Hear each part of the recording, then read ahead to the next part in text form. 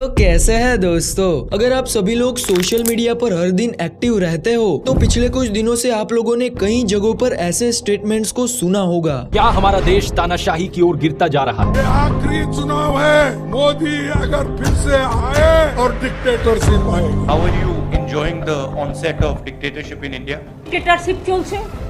अब यहाँ पर मैं गारंटी के साथ ये बात कह सकता हूँ कि इस डिक्टेटरशिप वर्ड को सुनने के बाद आप में से 90% लोगों के दिमाग में सिर्फ यही एडोल्फ हिटलर का चेहरा आता होगा। तो क्या आज सच में हमारा देश इस एडोल्फ हिटलर जैसी तानाशाही की ओर आगे बढ़ रहा है? आखिरकार ये डिक्टेटरशिप होती क्या है और ये किन किन तरीकों से काम करती है, और इन सभी तरीकों की चीजों के बीच में हमारे लोकतंत्र के लिए इस संविधान के निर्माता डॉक्टर बाबा साहेब आम्बेडकर जी ने 26 जनवरी के दिन अपनी असेंबली की आखिरी स्पीच में ऐसी कौन सी बात बताई थी जो आज 100% सच साबित हुई है। और इस विजुअल को बनाने का मतलब तेरी पार्टी या मेरी पार्टी या फिर मोदी गलत है, राहुल गांधी गलत है, इन सभी तरीकों के एजेंडों में पढ़ने का नहीं है। तो आज के इस विजुअल को आप किसी पॉलिटिकल पार्टी के सपोर्टर के रूप में नहीं बल्कि भारत के एक सपोर्टर के तौर पर इस पूरे विजुअल को देखिए। और ऐसा नहीं है कि इस विजुअल के एंड में मैं आपको ऐसा कहूंगा कि देखो हमारे देश की डेमोक्रेसी आज खतरे में है, तो आप इस आने वाले चुनाव में इसी पॉलिटिकल पार्टी को वोट दीजिएगा। तो ऐसी विचारधाराओं को साइड में रखते हुए आइए जरा भारतीय लोकतंत्र के इस डिक्टेटरशिप वाले पॉइंट ऑफ व्यू को भी आज के इस विजुअल में समझने की कोशिश करते हैं।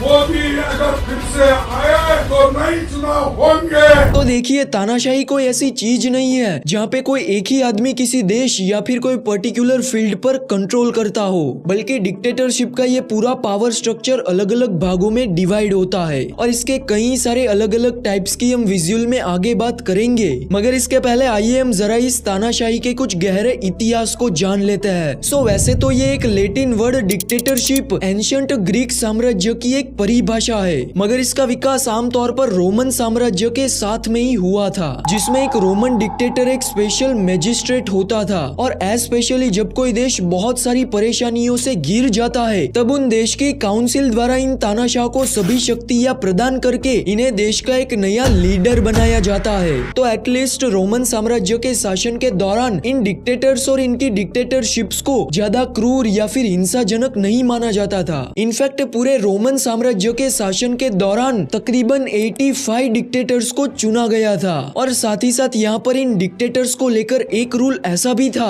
कि ये सभी तानाशाह किसी भी देश पर सिर्फ एक पर्टिकुलर टाइम पीरियड के दौरान ही अपना शासन कर सकते थे, यानी कि देश की काउंसिल सिर्फ कुछ ही टाइम पीरियड के लिए इन डिक्टेटर्स को सत्ता में लाती थी। लेकिन दोस्तों ये तरीका इसके ठीक 153 सालों के बाद बदल गया, जब जूलियस सीजर की डिक्टेटरशिप की एंट्री हुई और इन्होंने मानो तानाशाही की पूरी परिभाषा को ही बदल कर रख दिया, जहाँ पे इसको एक टेम्पररी डिक्टेटरशिप से हटाकर परमानेंट कर दिया था। यानी कि अगर कोई देश में तानाशाही रूल करती है तो फिर वो पूरा का पूरा देश हमेशा हमेशा के लिए एक डिक्टेटरशिप कंट्री ही बना रहता था। और यही वो पर्टिकुलर टाइम पीरियड था दोस्तों जब तानाशाही की परिभाषा एक क्रूर और हिंसा के रूप में पूरी दुनिया भर में फैलने लगी। कोरिया ने 7th सेंचुरी में येओन गोसोमुन के शासन के तहत एक सैन्य तानाशाही का अनुभव किया, और कोरिया में तो इस तानाशाही का सिलसिला आज की तारीख में भी आपको देखने को मिलता है। फिर इसके बाद यूरोप में जर्मनी के एडोल्फ हिटलर की तानाशाही को आज पूरी दुनिया याद करती है। इसके बाद अफ्रीका, एशिया और लैटिन अमेरिका ने भी समय समय पर दोस्तों इस डिक्टेटरशिप का स्वाद चखा है। लेकिन यहाँ पर इन सभी तानाशाही में एक बात कॉमन थी कि ये ज्यादातर डिक्टेटरशिप एक उच्च स्तर वाले गरीब देशों में ही मौजूद थी, क्योंकि गरीबी का सरकार पर सीधा इम्पैक्ट होता है, देश का शासन बार बार गिरने लगता है और एट दी एंड वो देश डिक्टेटरशिप में ट्रांसफॉर्म हो जाता है। तो आज दुनिया के सभी देशों की विविधताओं के आधार पर इन डिक्टेटरशिप को 4 भागों में डिवाइड कर दिया गया है,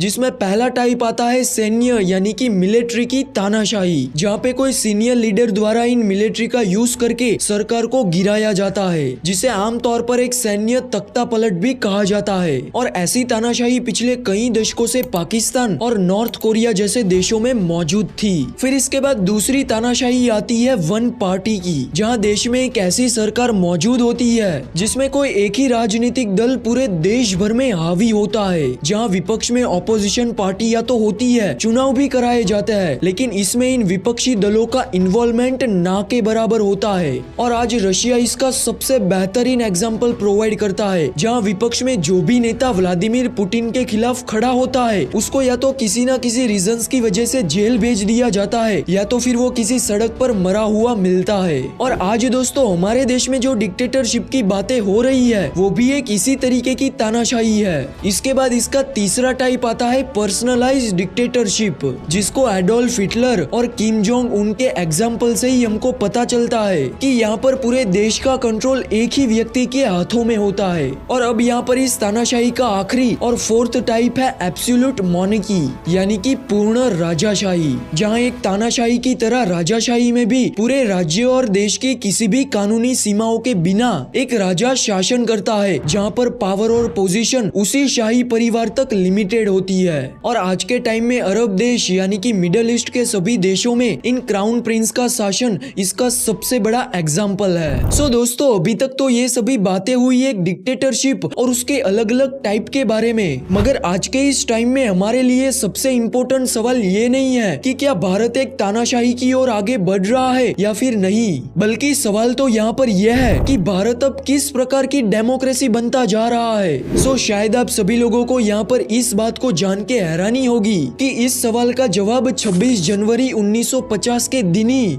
एक स्वतंत्र भारत देश के संविधान के निर्माता डॉक्टर बाबा साहिब आम्बेडकर ने दिया था। और आज के टाइम में उनके द्वारा बताई गई वो सभी धारणाएं हमारे देश के लिए सच साबित हुई है। सो तब उन्होंने उस नए भारत को संबोधित करते हुए ये बात बताई थी कि अब भारत पूर्ण रूप से एक स्वतंत्र देश बन चुका है, लेकिन क्या ये अपनी स्वतंत्रता को बरकरार रख पाएगा या फिर इसे दोबारा से खो देगा। और यही वो एक विचार था जो बाबा साहेब को भारत के भविष्य के लिए सबसे ज्यादा चिंतित कर रहा था। क्या इतिहास अपने आप को दोहराएगा? क्योंकि यहाँ पर अब देश के सामने इन जातियों और पंथों के पुराने दुश्मनों के अलावा विवाद और विरोधी राजनीतिक पंथों वाले ये सभी राजनीतिक दलों से भी शायद हमारे देश का लोकतंत्र खत्म हो सकता है, क्योंकि यहाँ पर ये सभी पॉलिटिकल पार्टियां भी अलग अलग जाति और धर्मों से आती है। सो डॉक्टर आम्बेडकर के हिसाब से अगर ये सभी राजनीतिक दल अपने अपने धर्म को इस देश से ऊंचा रखेंगे तो फिर हमारे देश की आजादी, हमारे देश का लोकतंत्र एक बारी फिर से खतरे में आ सकता है। और दोस्तों ये सभी बातें और चिंताएं बाबा साहेब आम्बेडकर ने जो उस टाइम पर जताई थी वो आज शायद हमारे देश में एक आंशिक रूप से सच भी साबित हो रही।